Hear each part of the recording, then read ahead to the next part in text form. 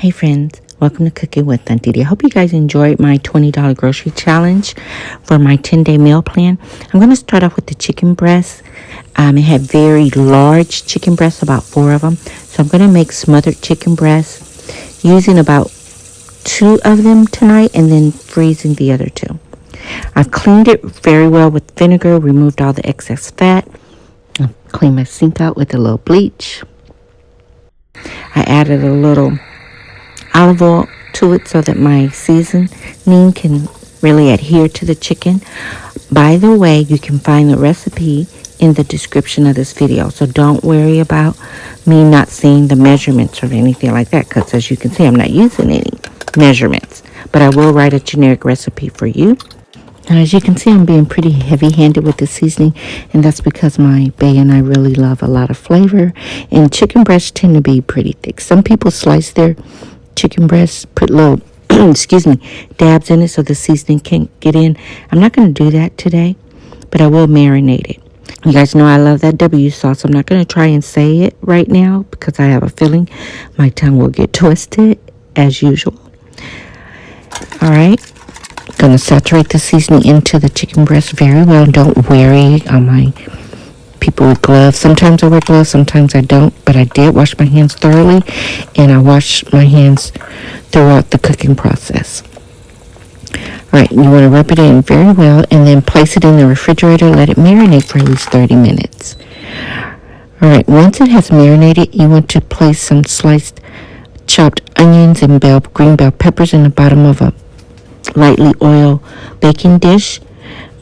Place your chicken breast in your pan, and I forgot my favorite Adam's House seasoning, so I sprinkled a little bit of that.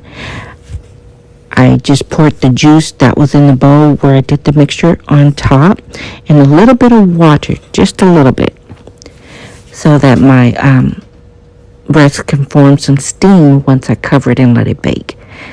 And that's going to help it stay moist, and then the juices from the chicken breast will go on and be in the pan that I'll use for gravy.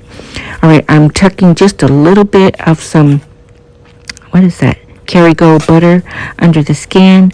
I've covered this dish with foil. I'm going to place in the oven for 30 minutes on 400. Now at the 30-minute mark, you want to drain off the chicken broth because you're going to need that for your gravy, and then place your chicken back in the oven to continue to bake for another 10 or 15 minutes. All right, hopefully you have a large cast iron skillet. If not, any skillet will do. You want your burner on medium-high heat. Add 2 tablespoons of unsalted butter. Let it melt. Then go on and add your yellow onions and your green bell peppers. Saute your bell pepper and onions for about 3 to 4 minutes. You want to add roughly maybe 3 tablespoons to about 1/4 of a cup max of your all-purpose flour.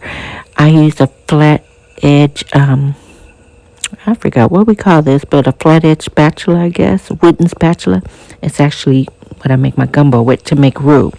And you want to stir vigorously. You want to try and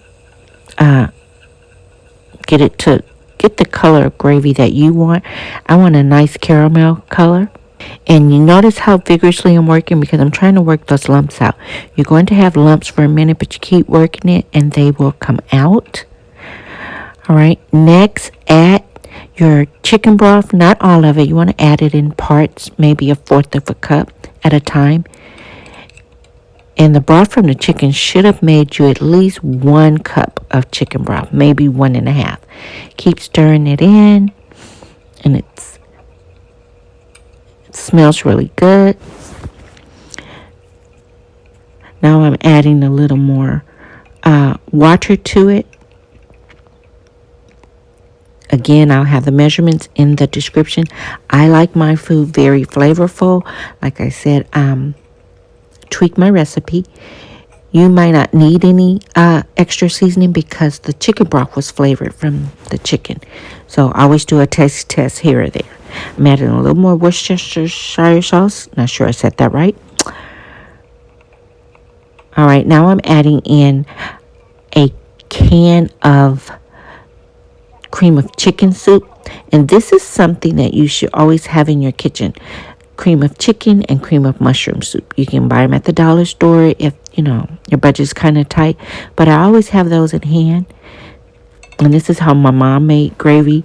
Sometimes she would add the cream of chicken or cream of mushroom soup.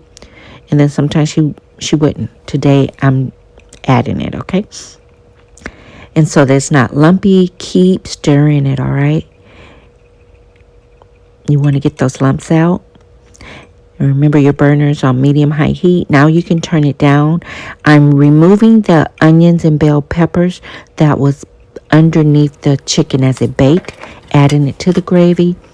Adding a little smoked paprika to give it a little more color. Using a whisk because I still see lumps and I want those lumps out. All right. It's simmering now. Now it's time for me to go on and add the baked chicken. I'm removing it from the oven. It has baked roughly about 1 hour completely. And I'm adding it into my skillet. And I tell you, I wish you could smell what I smell. It smells so good. All right, I'm draining all of the liquid from the little baking pan where I baked the chicken, pouring it into the gravy, covering the chicken as much as I can with the gravy so it's nice and saturated. It looks beautiful. Now, generally I would put a lid over it and let this chicken simmer for about 10 more minutes, but I don't have a lid for this pan. So I simmered for 10 minutes without a lid, and there's my dinner. This was day 1 of the $20 grocery challenge, and we'll have leftovers tomorrow for day 2. I hope you enjoyed this video. Peace.